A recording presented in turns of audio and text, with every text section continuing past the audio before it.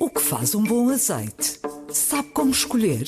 Venha descobrir e explorar este produto tão importante da nossa gastronomia na Escola do Gosto. Dia 25 de novembro no Porto, venha provar e aprender com Ana Carrilho, Edgardo Pacheco e o chefe André Cabrita. Os lugares são limitados. Inscreva-se já em público.pt.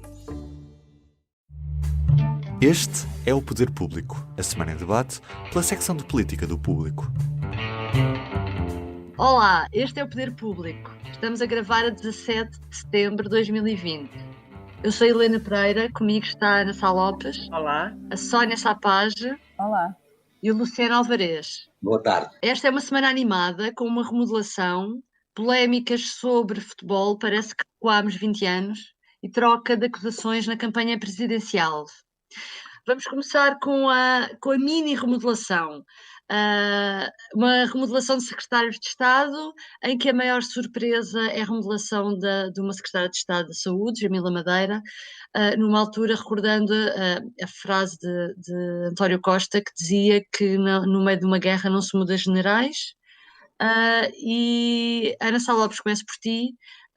O que é que se passou para esta surpreendente mudança nesta altura? É uma mudança de facto surpreendente, até porque a própria não queria abandonar o governo e nós não sabemos ainda de contornos como é que tudo se passou, mas sabemos apenas que a ministra, aliás publicámos isso ontem, que a ministra quis mesmo que a sua secretária de Estado adjunta saísse. Portanto, aparentemente, a ministra não estaria satisfeita com o trabalho de Jamila Madeira. Não sei se foram questões mais pessoais, questões mais de cumprimento do mandato, do cargo para o qual foi nomeada, mas claramente a questão da batalha ou seja, não acho que não se possa mudar generais no meio da batalha, às vezes é útil, deste tipo de batalhas. Eu não estou a falar de questões militares, que aí não percebo mesmo nada, mas acho que dizem que não se deve mesmo. Mas neste tipo de batalha não me parece errado quando se conclui, e a concluir, pelos vistos a ministra concluiu assim, que há um erro de uma nomeação que é errada, mudá-la. Eu acho que isso é melhor mudar do que insistir no erro.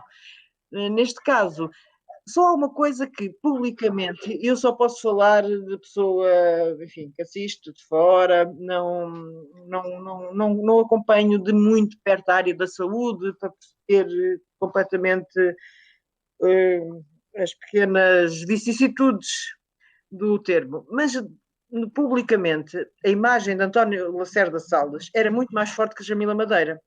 E eu acho que isso nós fomos assistindo ao longo destes meses de pandemia, isso é um facto. Agora, dizes porquê? É evidente que a Jamila Madeira também fez muitas conferências de imprensa, mas na minha cabeça está a ministra e o António Lacerda Salles, não está a Jamila Madeira. Isso, agora, se me perguntares porquê? Porque é assim. Mas, de facto, houve ali um desentendimento, que aliás é comum nos governos, não é? Entre ministros e secretários de Estado, acontece, a coisa não correu bem, também percebo, quer dizer, que Jamila, pronto, veio publicamente manifestar a sua revolta por uma solução que não desejava, claramente, e acho que está no seu direito perfeito de fazer isso. Mas... Aqui há uns tempos, quando Margarida Marques abandonou o governo, o secretário de Estado de Santos Silva também foi semelhante. O ministro terá pedido a cabeça dela, por assim dizer, e a secretária de Estado não se ficou e assumiu publicamente que tinha ficado surpreendida com claro. Isso. Portanto, já não é a primeira vez, não é? Há precedentes. E acho muito bem que as pessoas digam, que não tenham que, enfim, esconder todos os estados de alma que vão tendo. De facto, o António Lacerda Salles já era, ou pelo menos já funcionava como o secretário de Estado adjunto. Ele era muito mais o braço direito da ministra do que a Jamila Madeira. E na orgânica do governo, a Jamila é que era o braço direito, porque a Jamila é que era a secretária de Estado adjunta. Ela até esteve envolvida em coisas importantes, porque eu lembro-me que era a Jamila que estava a negociar as compras à China, quando vinham aqueles aviões cheios de ventiladores e cheios de uma data de coisas, era ela que estava a gerir essa pasta, mas é verdade que esteve sempre no backstage. Agora, podemos pensar, ela zangou-se de estar no backstage e pediu para sair, não, aparentemente não foi nada disso, não é? Não, ela até estava bem e quis deixá-lo bem claro hoje. Penso que é uma coisa que se deve, que tem de se explorar, perceber o que é que aconteceu aqui, não está claro. Sónia, mas outras mudanças com esta rotação de cadeiras dos secretários de Estado envolvem o Ministério de Pedro Nuno Santos. Aliás, é o sítio onde há mais mudanças. O que é que significa para ti estas alterações? Eu não tenho a certeza absoluta, porque é verdade que é no Ministério das Infraestruturas que mudam 2 dos 5 secretários de Estado. É o das Comunicações e da Habitação. E os 2 passam a ser ocupados por 2 pessoas que já foram ambas chefes de gabinete do ministro Pedro Nuno. Isso pode significar uma de 2 coisas. Ou que Pedro Nuno está a reforçar a cota dos seus fiéis no governo e, portanto, sai fortalecido nesse aspecto, está a conseguir pôr pessoas, porque repara, a Ana Pinho era uma secretária de Estado, a Habitação era uma secretaria de Estado que vinha de outro ministério, portanto ele herdou, não teve propriamente capacidade de escolha. E agora ele finalmente escolhe uma pessoa da sua confiança. No caso das comunicações, acho que já havia divergências com o secretário de Estado, pelo menos divergências de opinião em relação a alguns assuntos. Mas isto, dizia eu, pode significar 2 coisas. Ou que ele reforça a sua cota, ou que ele já só se consegue rodear de pessoas da sua confiança, de pessoas que fizeram parte do seu gabinete. Isso não é sempre uma coisa boa, não é? Passarem os adjuntos ou os chefes de gabinete para secretários de Estado é quase confundir 2 carreiras. Uma carreira é a carreira de apoiar o governante e dar-lhe conselhos e funcionar como adjunto. Outra carreira é de ser governante. E aqui misturam-se as 2 coisas. Eu não tenho ainda a certeza, não tenho ainda dados para perceber se isso é um sinal de força ou se é um sinal de esgotamento.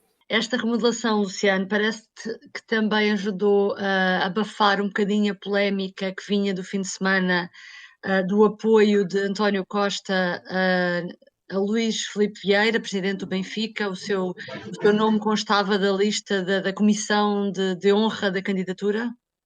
Não me parece que António Costa tenha pensado qualquer coisa do género. Vamos lá aqui fazer uma remodelação, porque isto estando aqui com este aborrecimento do Benfica e vamos lá fazer uma remodelação para calar a coisa. Não me parece que Costa tenha pensado assim. Agora, que deu jeito, deu, porque abafou um bocadinho, mas foi só um bocadinho também. Agora, não me parece que tenha sido feito com essa intenção.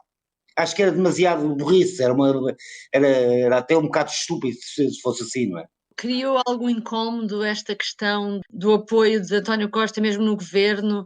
Esta quinta-feira a Ministra da Justiça, a Francisca Van Dunen, veio comentar o caso com uma frase muito interessante a dizer que em matéria de paixões cada um tem o direito à sua contradição íntima. Seja lá o que isso quer dizer, que eu já estou farto de pensar o que é que isso quer dizer. É uma frase bonita, não é? É bonita, não é dela. Mas foi utilizada não quando é se dela. descobriu a filha que o Do Mitterrand Mitterrand. tinha tido uma filha fora do casamento. O que realmente, repara, faz sentido. Foi engraçado ver o embaraço como vários membros do governo ou figuras do PS andaram a estar o assunto para canto a semana inteira, visivelmente incomodados com o assunto. E eu de facto não tenho memória. Políticos no futebol sempre houve, em todos os clubes. Os clubes gostam de o ter e os políticos gostam de lá estar. Não só porque também gostam de futebol, porque acham que ser de um clube e aparecer nos gabinetes, nas bancadas presidenciais pode dar votos e isso. Portanto, há anos e anos, António Costa já era primeiro-ministro quando apoiou a última candidatura de Luís Filipe Vieira, e não houve burburinho, e não houve, porque mas ele na altura não era arguido em nenhum processo. Pois, e havia umas suspeitazinhas de uma coisinha ou outra, mas eram coisas muito ligeiras. Agora há suspeitas que ele pode ou é já arguido no processo e pode vir a ser arguido em mais 2 ou 3, e há outra coisa ainda mais grave, é que soube-se, entretanto, que Luís Filipe Vieira é um dos maiores devedores do novo Banco e da Caixa Geral de Depósitos, não é? E António Costa devia ter pensado nisso, porque foi de facto, foi insensato. António Costa podia dizer, olha, Luís Filipe Vieira, eu sou primeiro-ministro, não tenho nada contra a sua candidatura, mas não me quero meter em nenhuma candidatura, acho que não devo. Há 5 anos estava no princípio do governo, agora é diferente. Podia fazê-lo sem ser deselegante, mas não fez, aceitou ir para a candidatura, Mas Andou hoje soube-se, Luciano, hoje soube-se que afinal Luís Filipe Vieira dispensou alguns apoios. Como é que viste isso? Nunca me lembro disso ter acontecido, não tenho memória de alguma vez um político ser desonrado, digamos assim, de uma lista de honra por iniciativa do clube, não tenho memória disso. Mas também deu jeito a António Costa, deu, porque em Mas princípio... é isso mesmo, é uma desonra que na verdade parece um frete. Aliás, isso deve mesmo. ter sido António Costa, Vieira, Luís Filipe, Luizinho, desonre-me lá, desonre-me. Pá, Não tenho achava memória, muito difícil não tenho que alguém memória. não tivesse mandado um recado ao Luís Filipe Vieira, ou então estou a ver isto já com olhos muito conspirativos. Eu não tenho memória de alguma vez ter visto isso ter acontecido, e não há quase candidatura presencial, seja do Benfica ou do Carcavelinhos, com todo o respeito do Carcavelinhos, que sendo um clube pequeno, é um grande clube, que tenha expulsado um político, um vereador da Câmara, um presidente de Câmara, um presidente de junta de freguesia, porque ele de repente ficou incomodado. Pronto, é como diz a Ana, é uma desonra. E Marcelo Rebelo de Sousa também não achou muito conveniente, não é, Ana? Deu praticamente, não. Eu acho que foi quase uma coisa inédita.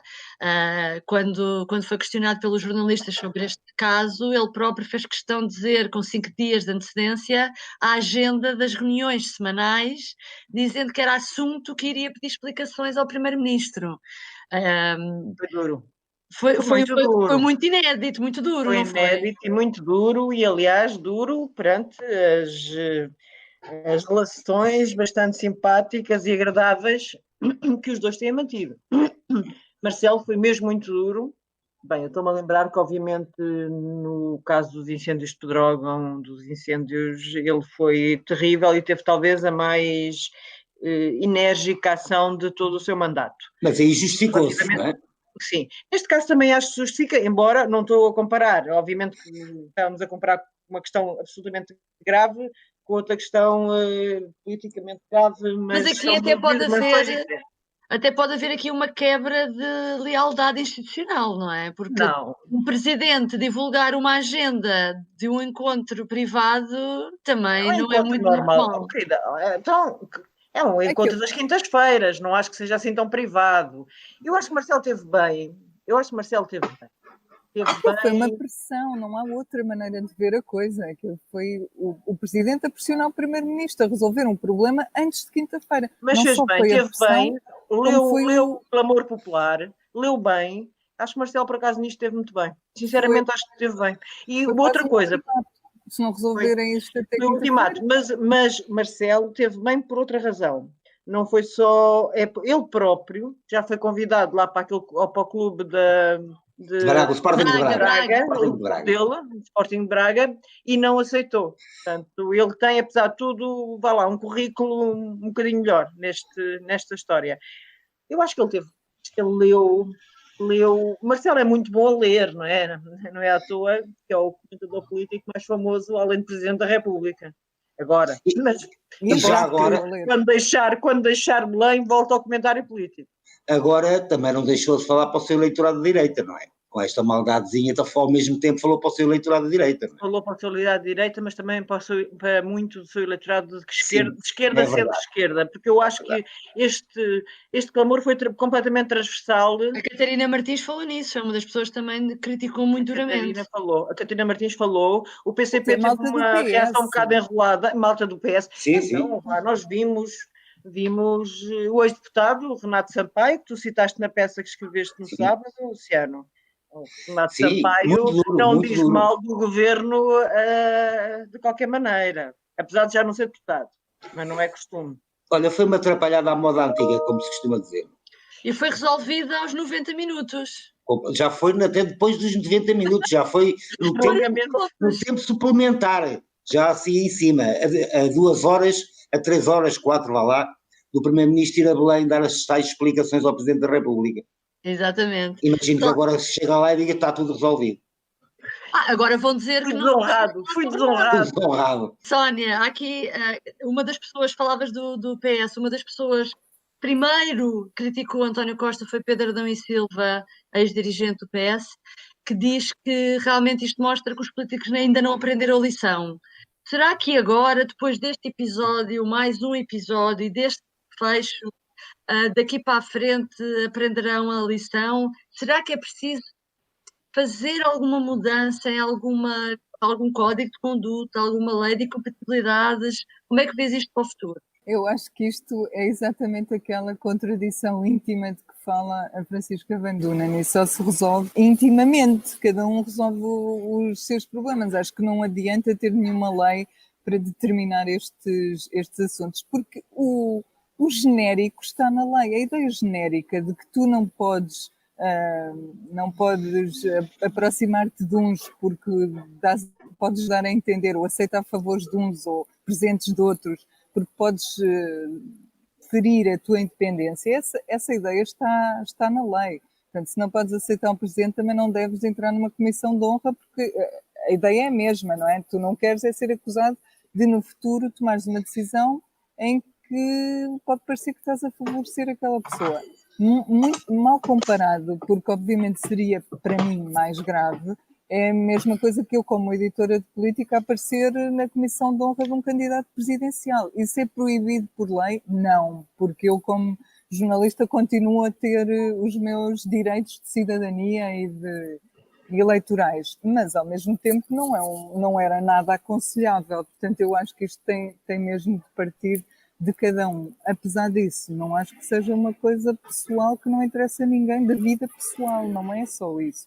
Cruza as duas vidas, cruza neste caso a vida política com a vida pessoal. E seria muito bom se conseguissem separar totalmente as duas coisas. Um político não se mete nessas questões de futebol, não tem ganho nenhum, não há vantagem nenhuma. Para mim, eram coisas separadas à nascença. Se eu mandasse, não era separado à nascença. Só que os políticos acham que tiram proveito por ter ligações ao futebol. Outro dia o Fernando Medina disse uma coisa muito engraçada.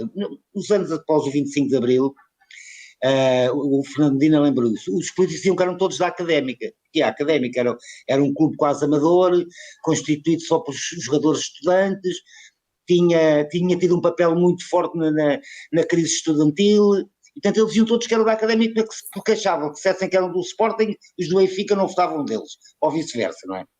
Mas a determinada altura, já a nossa democracia estava a entrar na idade adulta, provavelmente os marqueteiros da política acharam que não, que essa era uma estratégia errada e que eles tinham que estar. E eles passaram todos a dizer que eram do Sporting, do Porto, do Braga e por aí afora, não é? E a encher as bancadas presidenciais sempre podem haver um jogo. O que também não é normal, porque os políticos também podem gostar de futebol, não é? Mas a verdade é que muitos deles vão porque acham que isso lhes dá votos, que isso os torna mais populares, não é? Mas é diferente de integrar uma comissão de honra, sim, não é? Claro, Isso é claro, diferente, pode ser um jogo de futebol, sem dúvida claro, nenhuma. não... Mas eu concordo com o Luciano. Acho que se pode não ir para o gabinete, não é gabinete, para a bancada do presidencial. Para a bancada presidencial. Sim. Por exemplo, há uma coisa que provavelmente as pessoas não se recordam. Eu nisso gosto do Rio e ninguém me ouve a elogiar. Sim, é verdade. Agora, eu lembro de uma coisa, por exemplo, em duas ou três ocasiões, em tempos eleitorais, de campanhas eleitorais, o Luís Filipe Vieira apareceu em jantares do PCP. Sim, o Jerónimo. E o PCP não o expulsou. É verdade. Não o expulsou, porque o Vieira também, porque provavelmente acham que ter o Vieira, o presidente do grande clube, Sport Lisboa e Benfica, no jantar de encerramento na campanha, ou noutro qualquer, também dá votos, não é? Mas deixa-me aqui só introduzir uma coisa, Luciana. Há aqui uma coisa diferente desta vez. É que este caso também tem a ver com casos de justiça, ou não? Pois. Porque o Luís Filipe Vieira já não é o mesmo dessa altura. Ora bem, aí é que foi o erro do Costa. Eu recordo-me, por exemplo, quando foi o caso do Vale Azevedo. Antes de Vale Azevedo entrar em desgraça, a bancada do Estado da Luz também estava cheia de políticos. E assim que o Vale Azevedo começou a entrar em desgraça, desapareceram todos. Enquanto o Vale Azevedo lá estava, não se viu mais um político. Mas lembro-me eu, não se viu mais um político naquela bancada, não é? Há 5 anos, quando Costa entrou na lista de honra de Vieira, não havia as suspeitas que há hoje sobre o seu presidente do Benfica. Mas a verdade já não se chama paixão, já se chama interesse. Pois claro, na vida também é assim muitas vezes, não é? Mas lembro-me bem disso. Agora, António Costa devia ter pensado nisto e não pensou, até ser julgado e culpado de alguma coisa, o senhor Luís Filipe Vieira é inocente. Mas que há suspeitas, há, mais bruxas, não é? Sim. Lá vai. Esta semana tivemos também uma entrevista da candidata presidencial Ana Gomes, que também criticou muito duramente esta ligação política-futebol. Mas, Ana, começava por ti, ia abordar outro assunto, que é quando Ana Gomes, na entrevista à RTP, diz que nenhum socialista deveria votar numa pessoa como Marcelo, mas depois as críticas que faz a Marcelo é dele se ter encostado demasiado e ajudado demasiado António Costa, é ter dado posse a um governo sem garantias, estabilidade, e agora é preciso, estamos a assistir Costa a tentar arranjar essas garantias. Portanto, eu confesso que achei muito contraditório este discurso dela e não percebo, acho que não passou bem. Não sei o que é que tu pensas sobre isso. Também acho que não passou bem, acho que há aí uma certa contradição. Eu acho que a Ana Gomes, Ana Gomes tem que. Aí ficou demasiado.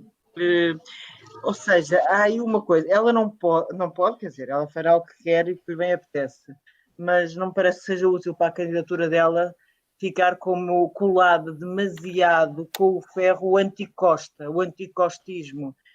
E até acho que ela tem resolvido, na maior parte das intervenções, tem resolvido isso muito bem.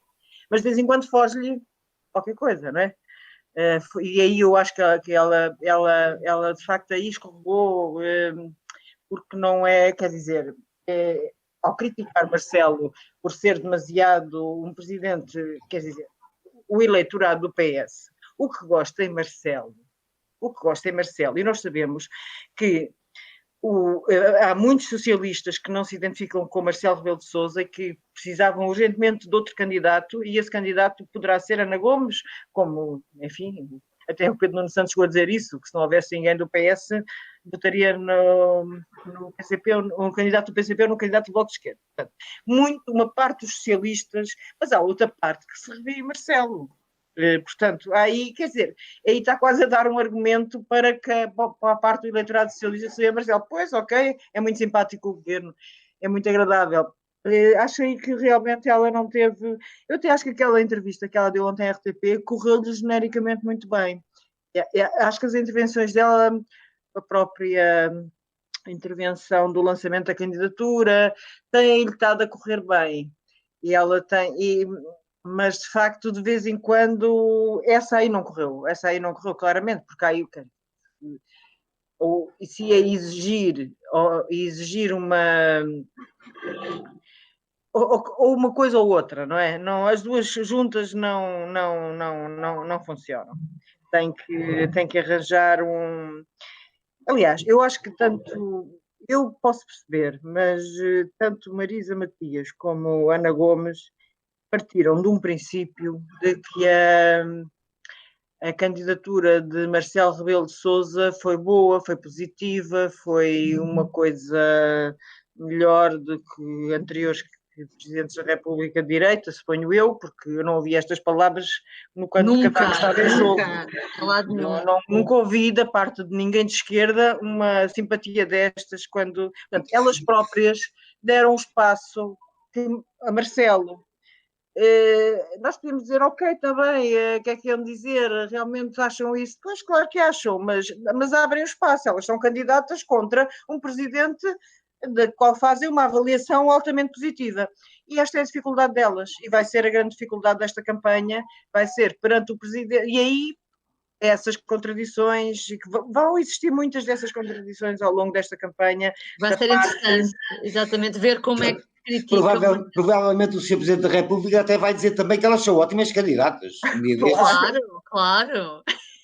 Bem, nós conhecemos o Presidente da República, já mandou flores, não flores físicas, mas já deve ter feito, já deve ter mandado os parabéns ou qualquer coisa assim. Luciana, entretanto, o PS já disse que vai decidir em outubro a sua posição sobre as presidenciais. Ou seja, vai decidir antes de sabermos oficialmente se Marcelo é candidato ou não. Isso significa que vai deixar tudo em aberto e cada um faz como quer. É Se isso? for preciso, se for preciso adia-se mais um bocadinho. Adia-se mais um bocadinho, arranja-se ali uns esquemas, no bom sentido da palavra, para adiar mais um bocadinho, para ver se o professor Marcelo avança então, mas todos nós imaginamos que a posição do PS vai ser dar liberdade aos seus militantes. Aliás, as conversas para aí andam, já todas indicam isso.